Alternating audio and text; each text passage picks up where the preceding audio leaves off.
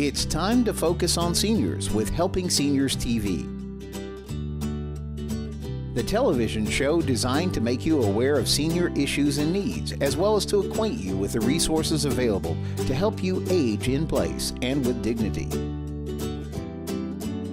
Now, here's your host, Joe Steckler. I'm Joe Steckler, and welcome to Helping Seniors, the television arm of Helping Seniors of Brevard County. Our show is designed to provide you with information on how to develop your own aging and care plans. Our topic today is senior information. And joining me is Kerry Fink from Helping Seniors of Brevard County and also TYG Media. I want to plug that too, because that's your company. Thank you. But it is because of the work your company is capable of doing that you've allied yourself with Helping Seniors. And we have, I think, Kerry, are bringing a whole new element to senior care and care of seniors in Brevard County, which sets us apart and makes us a little bit different. Do you agree? Oh, absolutely. We live in a county where by AARP definition, half of the population qualifies as a senior. And then when we get into even a more traditional definition of 65 plus, isn't the number something like one between 1 and 4 and 1 and 3, depending on which? I think it's one. Doggone it. 245,000. It's darn near half. Yep. Darn near half of the county qualifies for seniors citizenry, as opposed to under AARP. But the real significant thing is, let's just go by strictly over 65 and under 18. Right. There are more people in the county over the age of 65 than there are those under the age of 18. I would believe it. But not a lot of people believe that. A lot of people don't understand that, Kerry. Well, in this area, you either are a senior, you're getting close to being a senior because of the demographics, or you are probably involved in caring for a senior, or you're helping one someplace along the way. And what you pointed out is, when you think about the resources that we collectively put into school systems and things, and all that is good. But the question is, shouldn't we also be putting resources into helping seniors, because there are so many who really need our help? And that's part of our mission with Helping Seniors is to do our part of getting people connected. Yeah.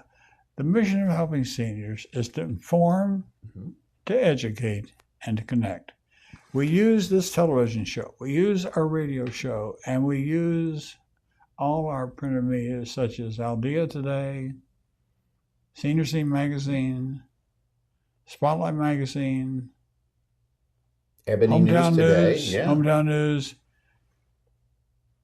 18 TV shows a week on the Bright House Channel and the Space Coast Channel, Channel 199, and Space Coast Government Channel 499. Yep.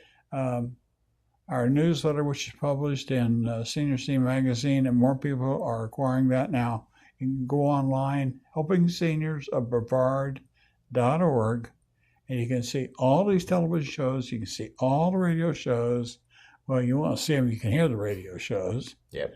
But my point is that we are informing, and we're using all these sources to educate people. Right. We know our educational system is based on informing as well as educating. Right. And then once people are informed and educate and understand what can be helped, then we connect these people to those resources.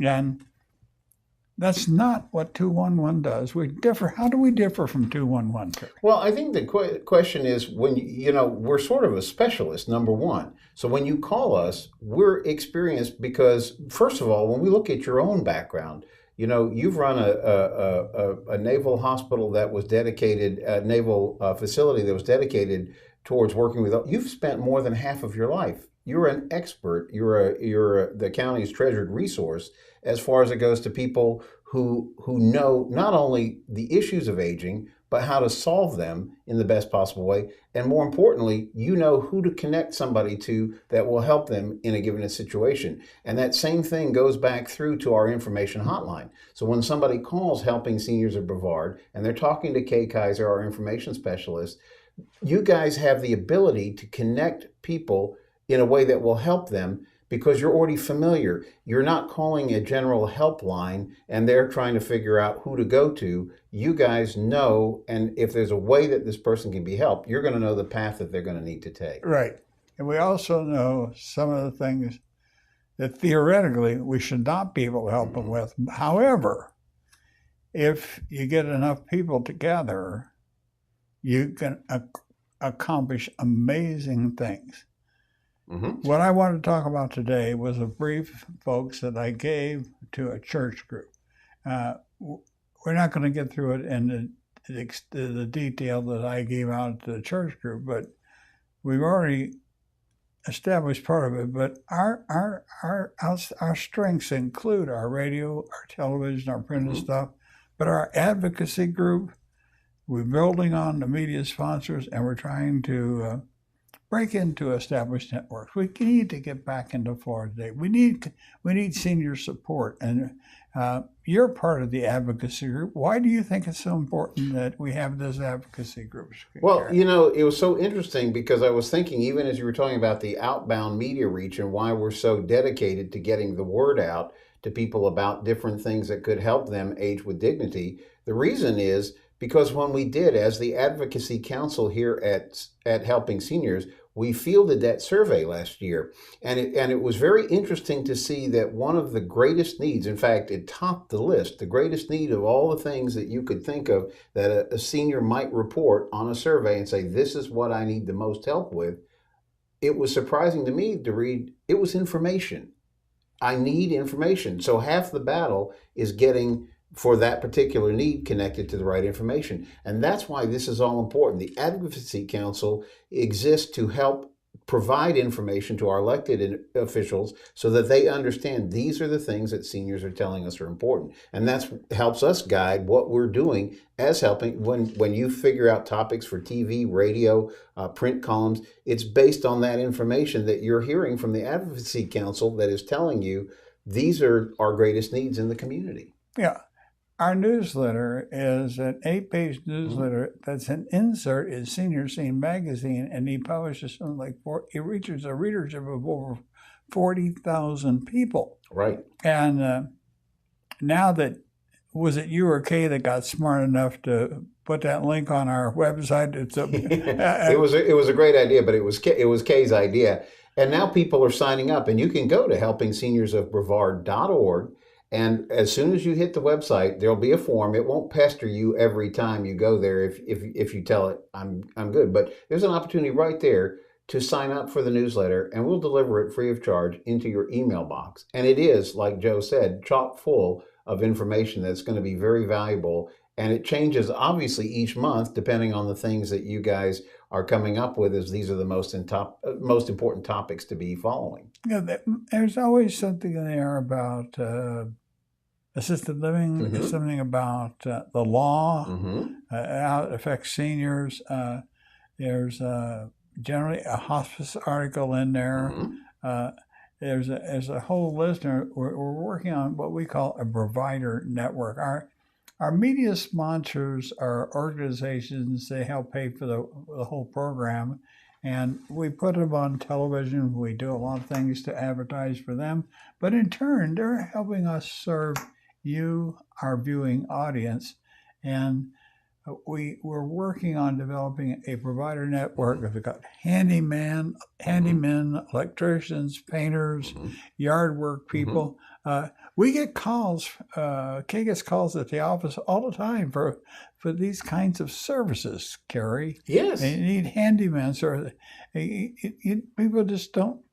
You can go to the yellow pages and take a chance, but wouldn't it be better if we could put this network together and advertise for these people that will do the service at a good price, and somebody you can trust to come into your home. You don't know who's going to come in your home. That's right. It's really a level of I guess to some degree accountability, because I know that when somebody comes on and joins the Helping Seniors provider network, they're basically pledging and promising to deal with people ethically and fairly. And one of the benefits, because they're there. I mean, obviously, it is up to the quality of the people who sign that pledge, but at the same degree, there is a level of accountability, because I know you, and we're not going to. This organization wouldn't tolerate somebody that wasn't trying to do the right thing for the seniors. It's exactly right. And we had a call for somebody that needed help getting their garage door repaired. There are a number of services. And wouldn't it be nice if people that do these things started calling us, and by virtue of the fact they wanted to be involved with the senior providing network, they would say, hey, if you're advertising for us, we'll help pay your cost. Right. It's a quid pro quo. That's exactly what it is. But I would like to have a good quid pro quo. Right. I want people that want to do something fairly. I think people need to pay for service. It shouldn't be free. Now, if they absolutely can't afford it, I think a lot of the people that are in our network now will actually go ahead and do the work. Sure. They'll do it because they know it needs to be done. But they still have to develop and pay for their business costs too. Sure. And people have to understand that. But like last year, our advocacy group took on the work of trying to advocate to the county commissioners that we needed an aging plan in Brevard County. We put together a pretty good document. We heard nothing back. The Advocacy Council will probably be meeting at about time this show is aired. Right. So this year's second year, we're taking on the additional task. We're not going to forget that we've asked for the county plan to be. We're going to do some work to push that forward again. Right. But at the same time, we want to work on really promoting Brevard County as an elder-friendly county. The county commission says, and the county commissioners in 2001 said Brevard County is an elder-friendly community. What does that really mean? Well, isn't that really the point? Because you said, you'd heard somebody once say, well, an elder-friendly community means they have streetlights so people can walk at night. Well, fine, sure, that's part of it, but it's not really the crux of it. The real question, and you know this because of the types of calls that Kay receives on a daily basis. Somebody has got to get to a doctor and they don't have any transportation to be able to get them there. They're getting issues and letters from the city about their roof being a problem or something, and now they've got mold in the house, but nobody is willing to step in and try to find a way to get them connected to resource. There's somebody who's got a neighbor that is elderly, but maybe not. They're not sure what to do, and they don't know who to call, and all those kind of things. Having those systems in place, that aging plan, helps the government then help its citizens, who really, when you think about it, are predominantly the taxpayers in the county anyway. Well, exactly right. And I think that actually, I honestly think that the County Housing and Human Services should actually be doing what Helping Seniors is doing. It shouldn't be a private organization that's trying to take on, they could do these television shows. They could do a radio show to promote what's happening. We're not trying to make money off us. Right. We're trying to raise just enough money to do these television shows, to do the radio show, to publish all this stuff. It costs us roughly $1,500 a month to put that newsletter insert in Senior Scene magazine. Right. What are we getting out? We're not getting anything out of it. We're not. The overhead salaries for this organization right now is roughly, let me figure it out. I can do a real quick point.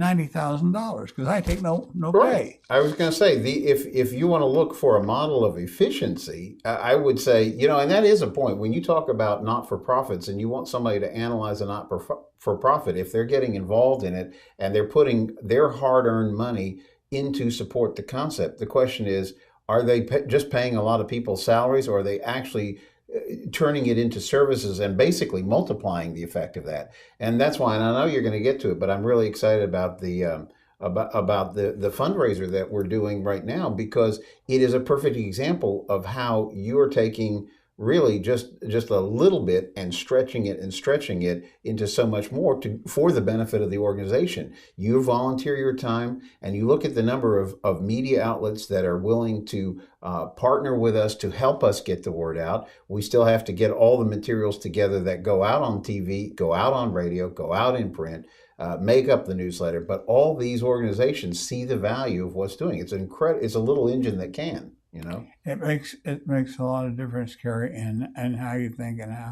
and what you do.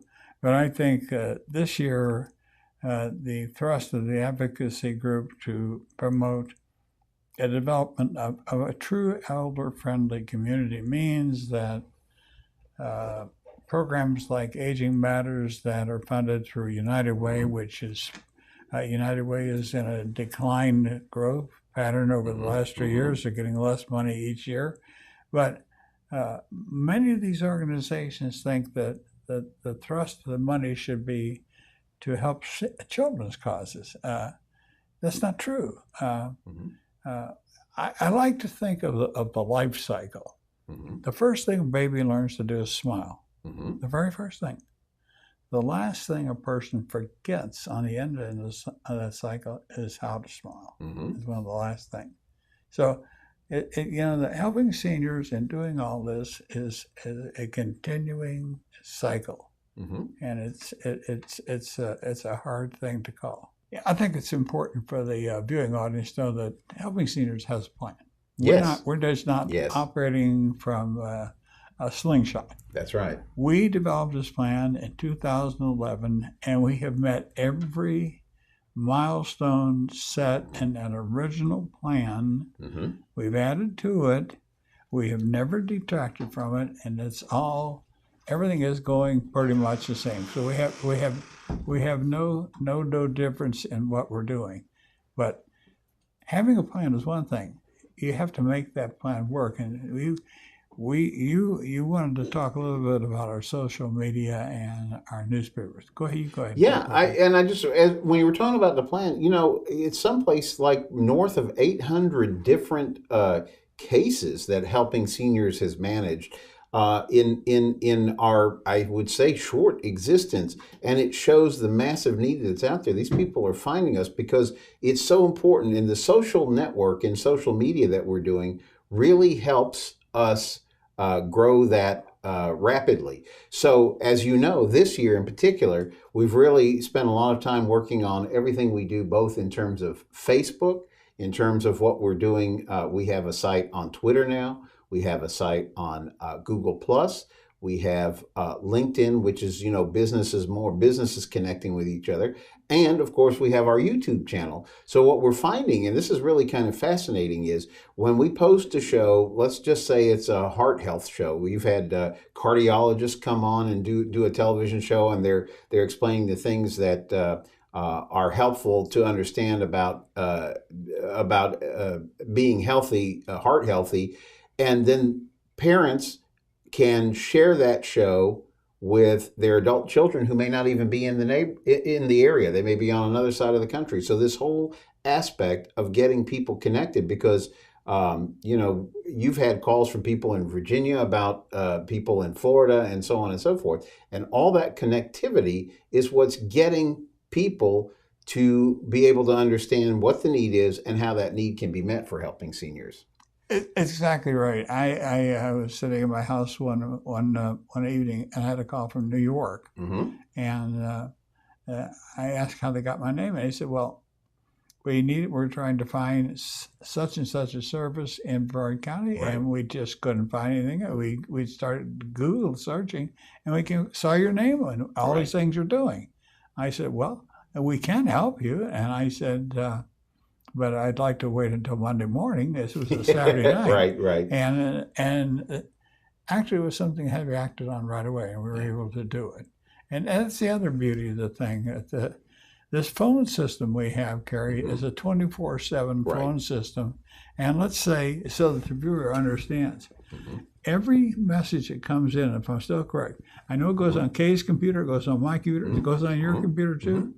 So we have 3 computers that are receiving all those messages, and if we listen, one of us will listen to them, and we think that's something that's got to be done right away. It happens. It happens, and that's got to be a judgment call by the person receiving that phone call. But there's nobody else doing that, Right. and that's what's so important.